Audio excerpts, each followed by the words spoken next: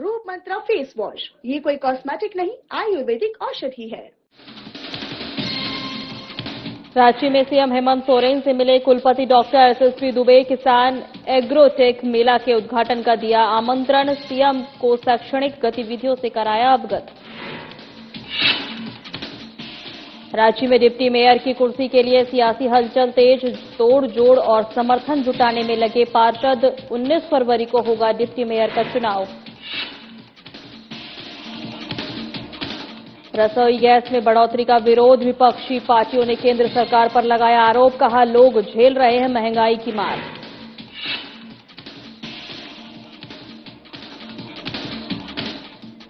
Civil सेवा परीक्षा 2025 का परिणाम घोषित, बोकारो की अपूर्वा वर्मा को मिला शानदार सफलता। अपूर्वा ने परिजनों को दिया सफलता का श्रेय। जमशेदपुर के धालधूमगढ़ में एयरपोर्ट निर्माण की मांग। एयरपोर्ट की मांग को लेकर लोगों ने दिया धरना। धरना कर रहे लोगों ने चलाया हस्ताक्षर अभियान।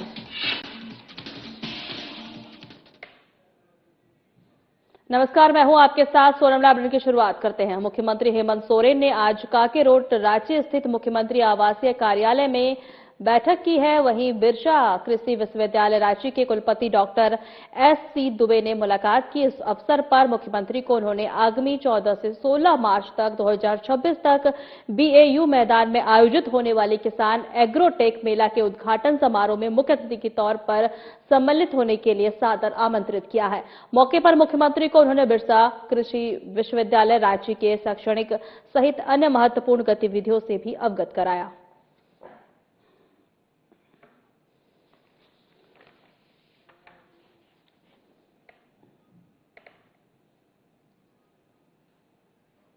रांची में मेयर चुनाव के बाद अब डिप्टी मेयर की कुर्सी के लिए सियासी हलचल तेज हो गई है।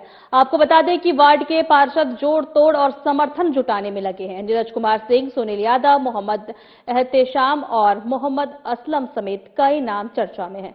सूचना के मुताबिक चुनाव 19 फरवरी को होगा। झारखंड की राजधानी रांची में मेयर चुनाव के बाद अब डिप्टी मेयर के चुनाव के लिए सियासी बिसात बिछ गई है। हर हाल में डिप्टी मेयर की कुर्सी पर कब्जा के लिए शहर के 53 वार्डों की पार्षद कोशिश में जुटे हुए हैं। इसके लिए जोड़ तोड़ और राजनीति तेज हो गई है। एक तरफ बीजेपी अपनी दावेदारी कर रही है तो वहीं दूसरी तरफ कांग्रेस भी अपनी दावेदारी मजबूत करने में जुटी हुई है। वहीं टीम बनाई गई है कांग्रेस की। इस टीम के लिए टास्क भी दिए गए हैं।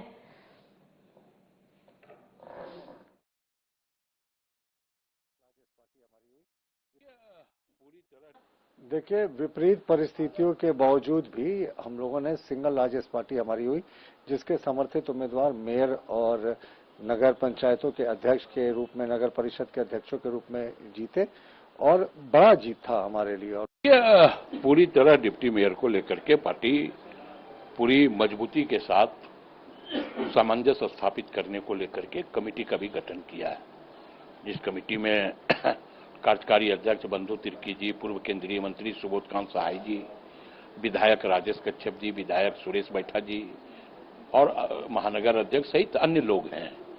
तो डिप्टी मेयर के लिए पूरी तरह सामंजस्य स्थापित करते हुए पार्षदों के साथ मिलकर के, और कांग्रेस ये चाहती है कि शहर का डिप्टी मेयर कांग्रेस पार्टी का हो और इसके लिए हम पूरी तन्मयता के साथ लगे हुए हैं। नहीं, क्योंकि संगठन सृजन का कार्यक्रम भी है, हम लोगों का खत्म हुआ है, कितना बीएलओ बने हैं, कितना आगे की क्या रणनीति होगी, उन तमाम चीजों पर पॉलिटिकल अफेयर्स कमेटी में बैठक होगी। कहां हमसे नगर निगम के चुनावों में, मेयर के चुनावों में कहां हमसे चूक हुई है, इन तमाम चीजों का हम कल आकलन करेंगे। प्रभारी सहित प्रदेश अध्यक्ष सहित तमाम पॉलिटिकल अफेयर्स कमेटी के सदस्यगण रहेंगे। देखिए, डिप्टी मेयर को लेकर जो भी दावेदारी है, हम अपने समान विचारधारा के जो लोग जीते हैं उनसे बातें कर रहे हैं। अधिकांश कांग्रेस के समर्थक जीते हैं। हमें कुछ लोगों को ही समर्थन की आवश्यकता होगी जहां तक, लेकिन आपसी समन्वय हम चाहते हैं कि बने। जो मेयर के चुनाव में नहीं बन पाया, कमी या बेसी जो भी रह गई, तो हम चाहते हैं कि आप जो हमारा गठबंधन दल है उनके भी कुछ लोग आए हैं, उनकी विचारधारा हमारी विचारधारा तो सेम है, तो आपस में बैठकर अगर हम ये संदेश देने का काम करेंगे कि नहीं, डिप्टी मेयर हमें बनना है, बनाना है हर जगह पर, तो हम इसमें सफल हो जाएंगे। और कांग्रेस की पूरी कोशिश है, इसके लिए कांग्रेस ने रांची में एक कमेटी भी गठन कर दिया है कि वो कमेटी सभी लोगों से बातचीत करेगी, पार्षदों से बातचीत करेगी, आपसी समन्वय बनाएगी, उम्मीदवार पर चर्चा करेगी, एक उम्मीदवार हो सर्वसम्मति से, और उसी फेज को हम आगे बढ़ाएं और सारे बिंदुओं पर चर्चा करने के बाद एक तय जो होगा हमारा पैमाना, उसके साथ हम लोगों के बीच में जाएंगे और बताएं कि हमारा उम्मीदवार ये समर्थित उम्मीदवार रहेगा, पार्षद उनको देंगे, सारे लोगों को बिठाकर समन्वय बनाने की कोशिश की जाएगी। रसोई गैस के दाम बढ़ाकर बीजेपी ने गरीब और मध्यम वर्ग की रसोई पर डाका डाला है। वहीं आपको बता दें, घरेलू रसोई गैस सिलेंडर की कीमत में 60 रुपए और कमर्शियल सिलेंडर में 115 रुपए की बढ़ोतरी कर केंद्र की बीजेपी सरकार ने एक बार फिर देश की गरीब, मध्यम वर्गीय और मेहनतकश जनता पर महंगाई का भारी बोझ डाल दिया है। जिस समय आम लोग पहले से ही बढ़ती महंगाई से परेशान है, उस समय से यह फैसला सीधे तौर पर जनता की रसोई पर हमला है। सबसे हैरानी की बात यह है कि खुद केंद्र सरकार और इंडियन ऑयल कॉर्पोरेशन ने हाल ही में साफ कहा है कि देश में पेट्रोल, डीजल और एलपीजी की कोई कमी नहीं है। ऐसी स्थिति में यह सवाल उठाना स्वाभाविक है कि जब देश में ऊर्जा की कोई कमी नहीं है, सप्लाई भी पर्याप्त है, तो फिर रसोई गैस की कीमतों में बढ़ोतरी क्यों की गई है?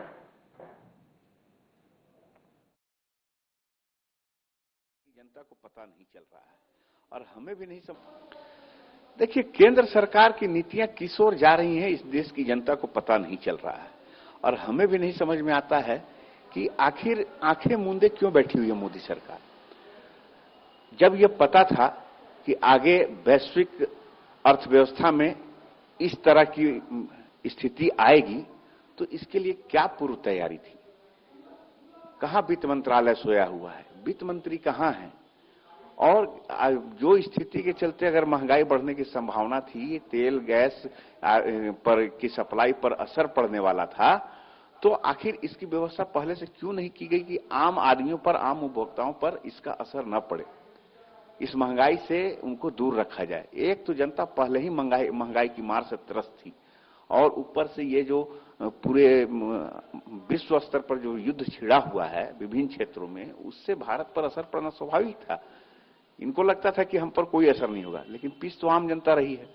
अब आम जनता को भी समझ में आने लगा है कि हमारे देश की आर्थिक नीतियों और विदेश नीति के कारण आज जनता झेलने को मजबूर है। तो अभी भी समय है, सरकार चेते, नहीं तो जनता बहुत अंदरूनी गुस्से में है, कभी भी जनता का गुस्सा फूट सकता है। देश में जिस तरीके से मार्केट में उथल पुथल होता है, हमारे ऑयल प्राइसेस ऑयल कंपनियां उसी हिसाब से तय करती हैं।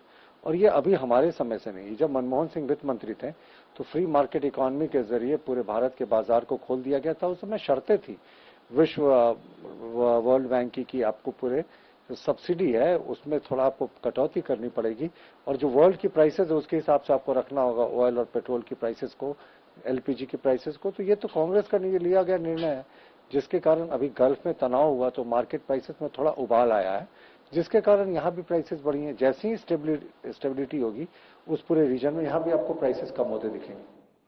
अंतर्राष्ट्रीय महिला दिवस के पूर्व संध्या पर ग्रामीण क्षेत्र के 50 महिलाओं को सिलाई, कटाई और प्रशिक्षण का सर्टिफिकेट दिया गया है ताकि महिलाएं आत्मनिर्भर बन सके। वहीं केरूवाड़ा डुंगरी पंचायत के मुखिया कान्हू मुर्मू के पहल पर पिछले 6 महीने से आहार घुटू गांव की यह महिलाएं सिलाई, कटाई प्रशिक्षण सीख रही थी, जो आज पूरा हुआ है। वहीं आज 50 से ज्यादा महिलाओं को अंतर्राष्ट्रीय महिला दिवस के पूर्व संध्या पर पंचायत के मुखिया, गांव के ग्राम प्रधान और मांझी बाबा आदि सम्मानित अतिथियों के हाथों से सर्टिफिकेट दिया गया है। साथ ही उनके उज्जवल भविष्य की कामना की गई है। पंचायत के मुखिया ने कहा है कि आज 50 महिलाओं के बीच विकास समिति टेलको के द्वारा सिलाई, कटाई प्रशिक्षण सर्टिफिकेट का वितरण किया गया ताकि यह महिलाएं स्वावलंबी और आत्मनिर्भर बन सके।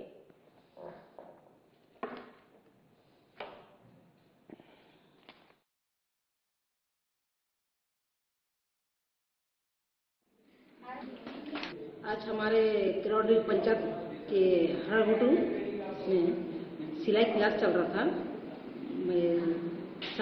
60 महिलाओं को, तो महिला आज सिलाई का और सर्टिफिकेट वितरण हो रहा है। उस सर्टिफिकेट से महिला लोग जो आत्मनिर्भर बनेगा, उसमें आगे चल के अपना रोजगार को आगे बढ़ाएगा, आत्मनिर्भर बनेगा। और बहुत महिला ऐसे हैं कि बहुत चाहता है कि हम अपना रोजगार खुद करें, सिलाई के माध्यम से अपना दुकान हो या उड़ान ले, उड़ान के थ्रू कमाएं। केरवाड़ूरी पंचायत के अंतर्गत आज आहार वटू कला भवन में विगत 6 महीने से चल रहा है ट्रेनिंग प्रोग्राम सिलाई और कटाई का। ये केरवाड़ूरी पंचायत और विकास समिति के संयुक्त तत्वावधान में चल रहा था और ये सक्सेसफुल पूर्ण होने के बाद आज हम लोग कल महिला दिवस है, इससे पहले हम लोग दीदी लोगों को ये सर्टिफिकेट आज वितरण कर रहे हैं। आज लगभग 50 सर्टिफिकेट का वितरण कर रहे हैं और 9 तारीख को भी और वहाँ भी 30 लगभग वहाँ भी वितरण होगा।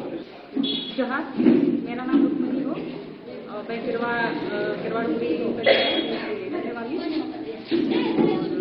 मैं यहाँ 6 महीना सिलाई सीखी और इससे बहुत कुछ सीखने को मिला हम लोग को।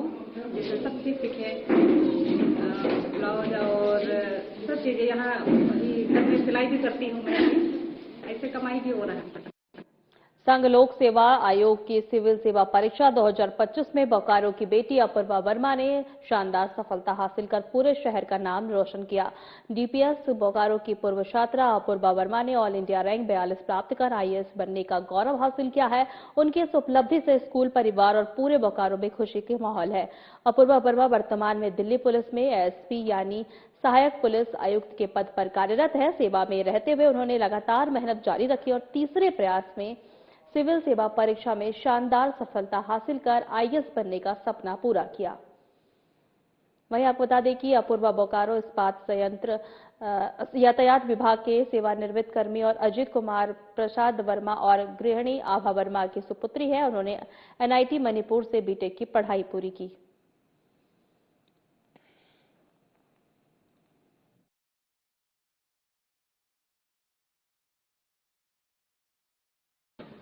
बहुत अच्छा लग रहा है क्योंकि मेहनत तो करते ही है हम सब, उसका आउटपुट मिल जाए तो और भी ज्यादा अच्छा लगता है।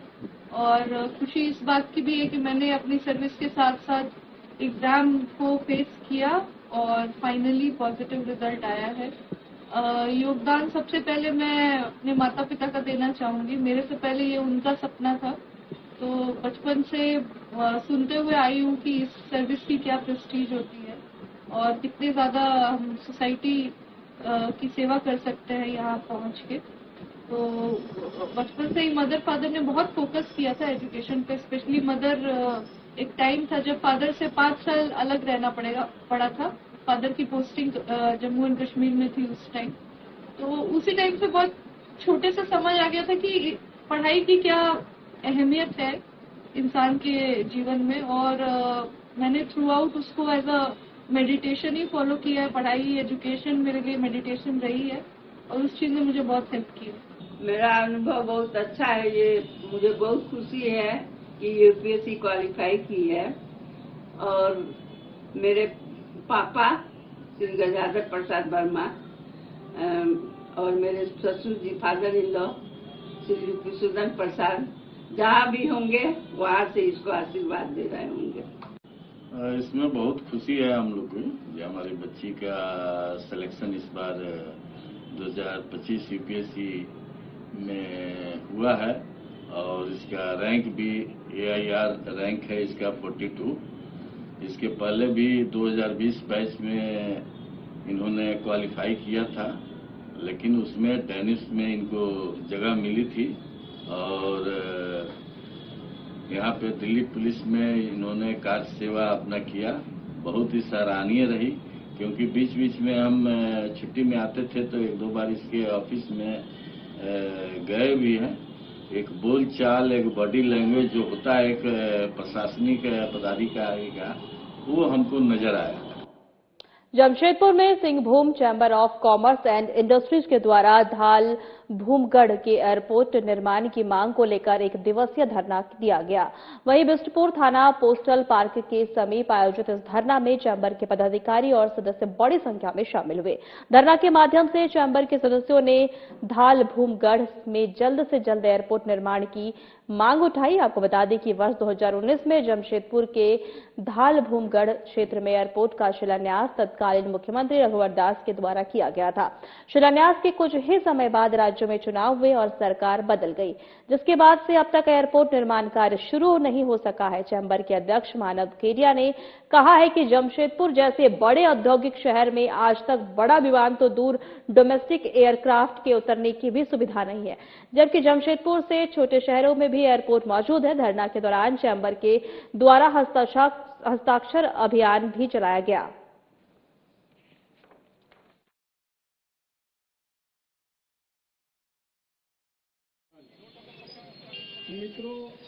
धरना में बैठे हुए हैं और चैम्बर कभी ऐसे ही धरना में नहीं बैठता। आप देखते होंगे कि हम लोग धरना में बहुत कम विश्वास करते हैं, लेकिन स्थिति ऐसी बन गई है। लास्ट हम लोग जो धरना में बैठे थे वो NH-33 का निर्माण के लिए बैठे थे। पार्टी चौक में हम लोग धरना के लिए बैठे थे। आज हमें मजबूर हो गए हम लोग सभी धरना में बैठने के लिए, क्योंकि दालभूमगढ़ एयरपोर्ट का शिलान्यास 2019 में हुआ था और आज तक 2026 आ गया है, कोई गतिविधि हम लोग को देखने को नहीं मिल रही है। ऐसा क्या कारण है? बड़े जमशेदपुर से छोटा शहर भी है, वहां पर भी एयरपोर्ट बन गया। झारसुगड़ा देख लीजिए, देवघर देख लीजिए, दरभंगा में एयरपोर्ट बन गया है। जमशेदपुर क्यों पीछे रह रहा है? जमशेदपुर में क्यों एयरपोर्ट नहीं बना है? मैं राष्ट्रपति महोदया से भी आपके माध्यम से अनुरोध करना चाहूंगा कि वो रायरंगपुर से रहते हैं। रायरंगपुर और दालभूमगढ़ का डिस्टेंस भी है, वो 100 किलोमीटर के लगभग है और जमशेदपुर से दालभूमगढ़ का डिस्टेंस 60 से 70 किलोमीटर है। तो क्यों नहीं आप ऐसा एयरपोर्ट डेवलप करें, एक इंटरनेशनल एयरपोर्ट डेवलप करें जो पूरे रीजन मतलब बिहार, झारखंड, उड़ीसा और बंगाल, ये तीनों स्टेट को कवर करे। बागबेड़ा थाना क्षेत्र में एक महिला के साथ छेड़छाड़ और अभद्र व्यवहार करने के मामले में आरोपी पुलिस को गिरफ्तार कर लिया गया। आपको बता दें कि सिटी एसपी ने पूरे मामले की जानकारी दिया और दरअसल 5 मार्च 2026 की शाम करीब 6:50 पर बागबेड़ा थाना क्षेत्र के रोड नंबर 3 स्थित सरकारी स्कूल के सामने बागबेड़ा इलाके की करीब 20 वर्षीय महिला के साथ एक युवक ने जबरन छेड़खानी की और अभद्र व्यवहार किया।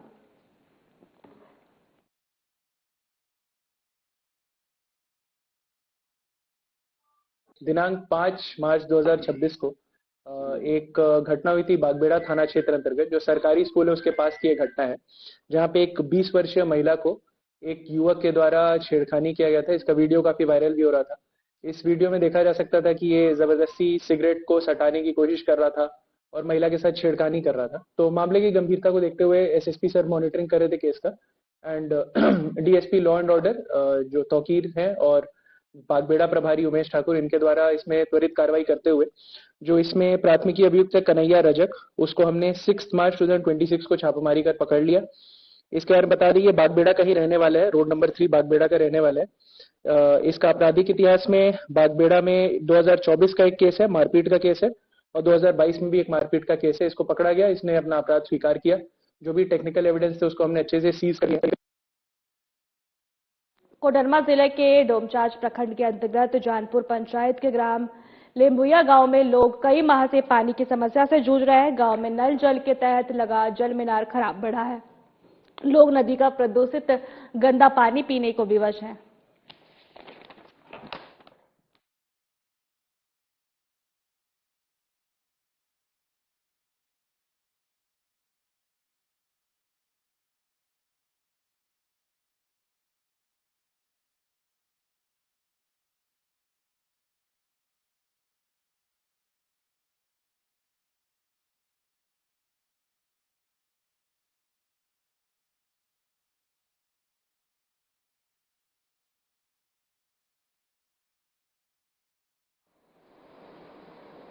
चतरा शहर के सटे जयशंकर नगर सजना गांव निवासी अनिश कुमार सिंह का शव शनिवार दोपहर जिला नियोजनालय कार्यालय के बगल में मिली। वहीं 5 दिनों तक से लापता था और परिजन काफी परेशान थे। सूचना पाकर सदर अस्पताल प्रभारी अवधेश कुमार सिंह दल बल के साथ वहां पहुंचकर मामले की जांच कर रहे हैं। जानकारी के अनुसार अनीश 3 मार्च की शाम घर से निकला था, लेकिन इसके बाद वह वापस नहीं लौटा।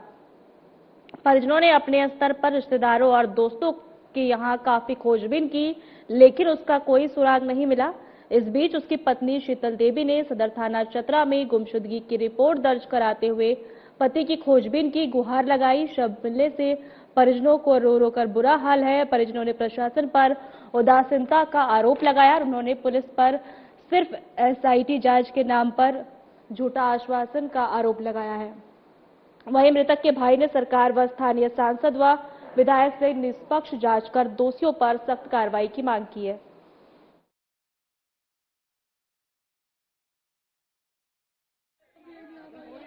मामला ये है कि 3 तारीख को सवेरे ये घर से 3 तारीख को ये दोपहर में घर से निकला था और निकलने के बाद जो है ये अपना दोस्त एक शुभम रस्तोगी नाम का उसका दोस्त था, उसके साथ निकला और उसके बाद ही वापस एबे नहीं किया। यहाँ पे आए, घूम करके देखे, यहाँ पे बैग इसका पड़ा हुआ था, बैग उठा करके घर लेकर के गए। उसके बाद हम लोग अपने से जांच पड़ताल दम भर की, एकदम जितना भी होता है अपने अंदर हिम्मत होता है हम लोग किए। उसके बाद थाना गए। थाना में जाने के बाद आवेदन स्वीकार करने के लिए हमको कम से कम स्ट्रगल करवाया गया, 4 से 5 घंटा दौड़ाया गया इधर से उधर कि वहां जाइए वहां जाइए वहां जाइए। उसके बाद पैरवी करवाए, सीओ से बोल किसी से पैरवी करवाए, तब जाकर के इन लोग सिग्नेचर करके दिया और उसके बाद बोल रहा झूठों की टीम गठित हुआ, टीम गठित हुआ, टीम गठित हुआ नहीं। अभी आधा घंटा पहले आकर के हम जाकर के थाना प्रभारी से मिले, तुरंत जाकर के कि बोले सर देखिए इसका चप्पल वहां से बरामद हुआ, बैग बोल रहा है। हम बार बार बोल रहे हैं वहां कैमरा लगा हुआ है, जांच कीजिए, लेकिन प्रशासन सोया हुआ। प्रशासन जहां तक की है हमको लगता है कि प्रशासन का ही ये पूरी तरीके से सोचा समझा हुआ साजिश है। ये मार के फेंका हुआ, ये हम 2 दिन पहले से आकर के देखे, यहाँ 2 दिन पहले ये नहीं था, 2 दिन पहले यहाँ नहीं था। अभी आधा घंटा पहले इसकी वाईफाई है, वो आकर के देखिए, वो भी देख रही है, यहाँ पे नहीं है। अचानक से जब प्रशासन में एक आदमी आया प्रशासन द्वारा चेक करने के लिए, जो हिमांशु भैया है, वो चेक करने के लिए वो आए थे, सिर्फ वो, और वो आकर के देख रहे, बोल रहे हैं देखो कहाँ है यार, कैसे देखता है, तो दिखवे नहीं किया। इस तरीके का बात हुआ है। तो ये पूरा शक यही जाता है कि इसको मार करके फेंका गया है और कोई ना कोई बहुत सोच समझ तारीख से मिसिंग था, ये अपने घर से निकला था, फिर वापस नहीं आया था। 3 तारीख से इसके परिजन लोग खोज रहे थे। कल लास्टली थाना में शाम में आवेदन दिया गया, तो कल हम लोग मैनुअली अपना खोज रहे थे, इसको खोजबीन कर रहे थे। तो इसी बीच में पता लगा कि आज डेड बॉडी इसका ब्लॉक के सामने बीआरसी भवन के पास टॉयलेट में गिरा हुआ। हम लोग इसको बरामद करके इसको पोस्टमार्टम करवाते हैं, फिर देखते हैं जैसा इनके परिजन द्वारा जो भी आवेदन दिया जाएगा या जो पोस्टमार्टम रिपोर्ट आएगा उसके बाद हम लोग आगे। जमशेदपुर के साक्षी थाना क्षेत्र स्थित साक्षी गुरुद्वारा के पीछे अचानक आग लगने की घटना सामने आई है। आग की चपेट में आकर 5 बाइक और कुछ साइकिल जलकर खाक हो गई है। घटना की सूचना मिलते ही दमकल विभाग की गाड़ी मौके पर पहुंची और कड़ी मशक्कत के बाद आग पर काबू पाया गया। बताया जा रहा है कि पास की बस्ती में कचरा जलाया गया था, जिसका आग धीरे धीरे फैलते हुए आगे बढ़ गई है और वहां खड़ी 5 बाइक और कुछ साइकिल को अपनी चपेट में ले लिया है। हालांकि दमकल कर्मियों ने समय रहते आग को बुझा दिया, लेकिन तब तक कई बाइक जलकर क्षतिग्रस्त हो चुकी थी। फिलहाल स्थिति नियंत्रण में है और किसी के हाथाहाथ होने की सूचना नहीं है।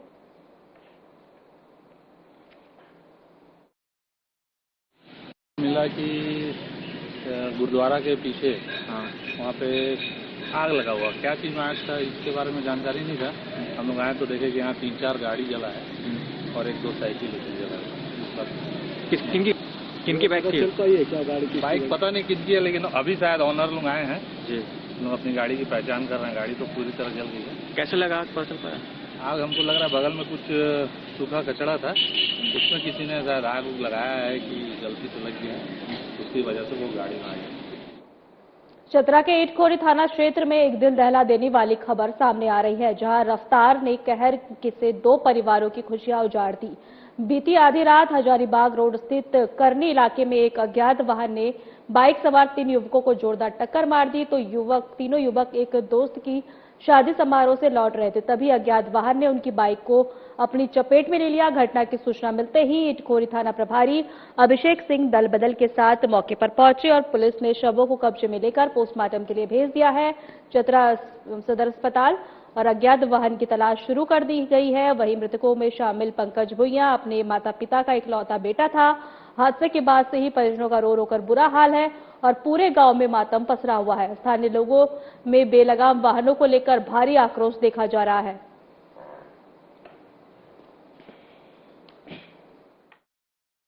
से आ रहे थे, आने के क्रम में अज्ञात वाहन के चपेट में आने से 3 लोग थे, जिसमें 2 लोग घटनास्थल में मौत हो गया और एक सदर अस्पताल हजारीबाग में इलाज चल रहा है। जिनका घटनास्थल पे मौत हुआ है वो है आपका गुड्डा भूंया का बेटा है मिथिलेश का, एक का नाम है और एक का पंकज नाम है ना। ये लमसम 11 के लमसम ये घटना घटी है रात की। पाकुड़ के माल पहाड़ी ओपी क्षेत्र में इंसानियत को शर्मसार करने वाली घटना सामने आई है। सामान लेने दुकान गई एक नाबालिग बच्ची को गांव के ही 4 युवकों ने अपने 2 अन्य साथियों के साथ मिलकर अगवा कर लिया। आरोपियों ने बच्ची को अलग अलग सुनसान जगहों पर एक चलती हाईवे पर ले जाकर 2-3 दिनों तक बंधक बनाकर सामूहिक दुष्कर्म किया। पुलिस ने त्वरित कार्रवाई करते हुए हाईवा चालक और खलासी समेत 3 आरोपियों को दबोच लिया है। एसपी निधि द्विवेदी ने अपने कार्यालय में प्रेस वार्ता के दौरान मामले का खुलासा किया है।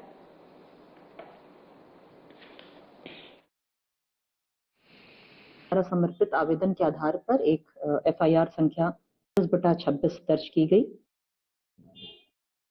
एसआईटी ने जगह जगह छापेमारी की और आसूचना, टेक्निकल आसूचना और ह्यूमन एंड के बेसिस पर 3 अभियुक्त गिरफ्तार हुए हैं, जिनके नाम हैं दशरथ किस्कू उर्फ विसई किस्कू, उम्र 22 वर्ष, ये मालपहाड़ी एरिया से ही गिरफ्तार हुए हैं। दूसरा अभियुक्त है सकल टुडू उर्फ तुयू टुडू, उम्र 20 वर्ष, पिता स्वर्गीय कन्हई टुडू,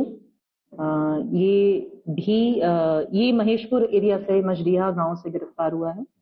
तीसरा है प्रधान मरांडी उर्फ मुखिया, उम्र 21 वर्ष, पिता चांद मरांडी, ये भी मजरिया महेशपुर। फिलहाल हमारे खास बुलेटिन में इतना ही। नमस्कार।